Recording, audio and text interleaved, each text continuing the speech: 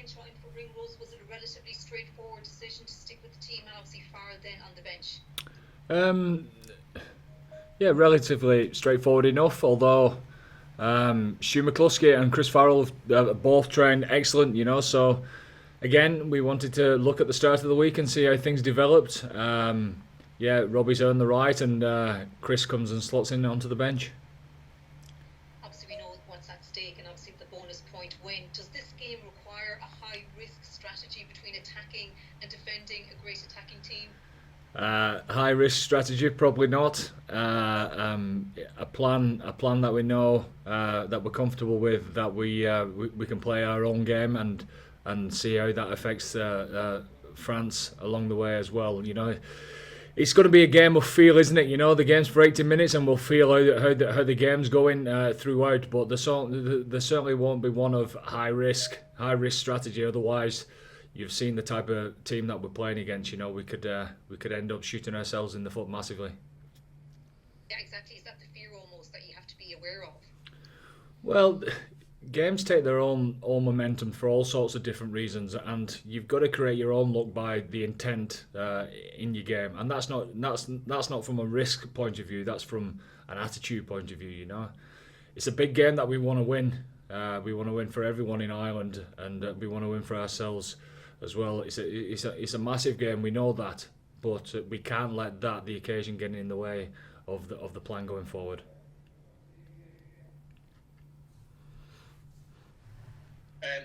Andy, does the tactics change or the strategy change if you know you need 4 tries to win the championship?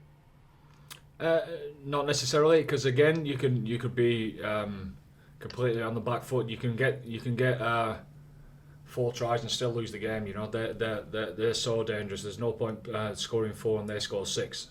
So we won't get what we want from that. So no, we'll stick to the plan, and we'll see how it unfolds, and hopefully we can try and put enough pressure on the game to try and open it up somewhere along the line. But it's a tough old task, isn't it? That we know how the French, what they're capable of, and watching them last weekend, the formidable side, especially at home. They've got threats all over the field. The forward pack is one that's obviously very physical and very forward dominating regarding goal forward, set piece wise, etc. So there's a lot of things that we need to make sure that we handle first and foremost.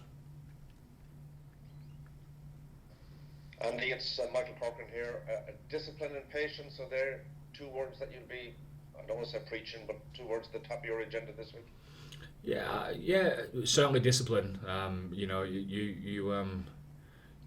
You can't win any game if you've not got discipline. You know what you need in any game to win it. You need momentum. So discipline is obviously going to put you on the back foot. Patience, is that the word? We'd like to think it's just making the right decisions in the moment, playing what's the right thing to do at that moment in time. And if patience comes into that decision making, obviously we'll do the right thing regarding that. But we know what we want to be trying to apply, but it's being adaptable on the way as well.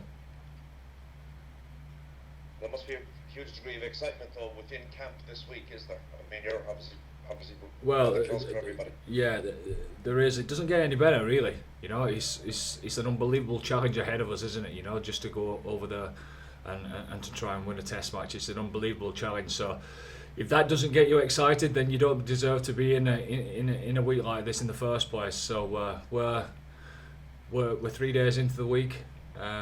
We've had three great days of preparation. It's making sure that we get the back end of the week right before we get into the battle on Saturday. Andy with Gorman here. Hope you're well. I just wonder what it would mean to you a year into the job to win the championship. Yeah. Sorry, Ruth, I didn't quite hear that. You're a year into the job now. I just wonder what it would mean to you to win the championship this weekend. Wow, it'd be unbelievable to even think about it. I don't know if I've allowed myself to go there. Just to be involved with this group of lads, this special group, I suppose. if you win trophies, you win trophies together, and it's certainly nothing to do with me to be a collective effort. Andy, how's it going? Pat here. I'm just wondering, how many travelling reserves are you able to bring over to Paris with you? Is it limited to a restricted number of people, or are you allowed to bring maybe up to 6 or 7 with you? We'll be travelling with 31. You're allowed 29 to warm up.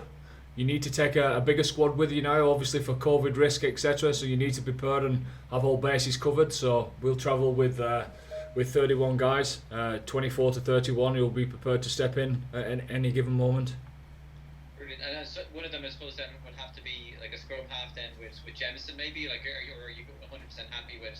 Yeah, it's like last week. Kieran Marmion came in with us into the hotel in Dublin before the game. So it's the same thing applies. Marmol will travel with us to Paris. Andy, what gives you most confidence that you can get the job done on Saturday night? The togetherness, the thought process amongst the group that we're not just doing it for the individual, we're doing it for the group, and obviously for what's going on in the country at this moment in time. The added little addition of we've got a stalwart in our team that's got his 100th cap. It's a pretty special week for us all. Do you think the absence of a crowd will help you? I don't know. I thought we did pretty well last week at trying to create our own atmosphere, but France did exactly the same at home as well. So look, it's a daunting task. We've been there and we've won there before when there was a full house. This will be a little bit different, but the game's still the game.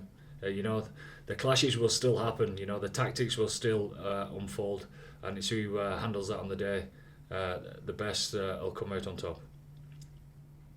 Andy, just on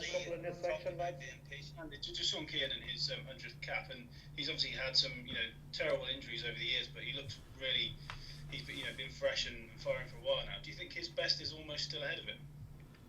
Well, we'll see. I think the key word for Keane to describe him is resilience, and like any top player, I don't think they ever quite get comfortable enough to think that selection is just going to happen. And what's drove Keane on to be able to get to 100 caps is his fight to want to keep on improving, and over time he's understood himself, he's understood his body.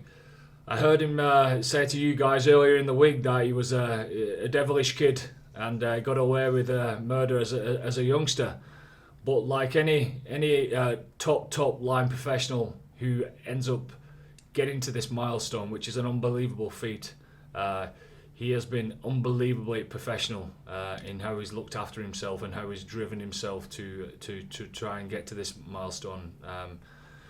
We honestly feel that it's an absolute privilege to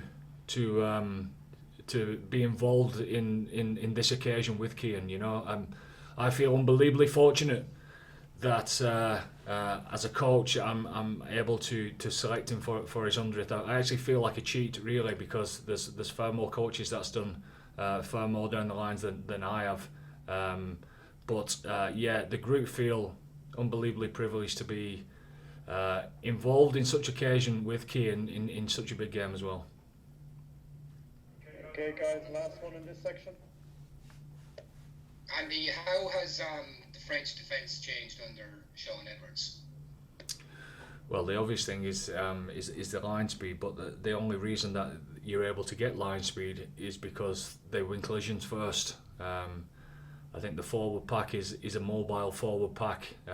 It's different to what's happened with the French forward packs before.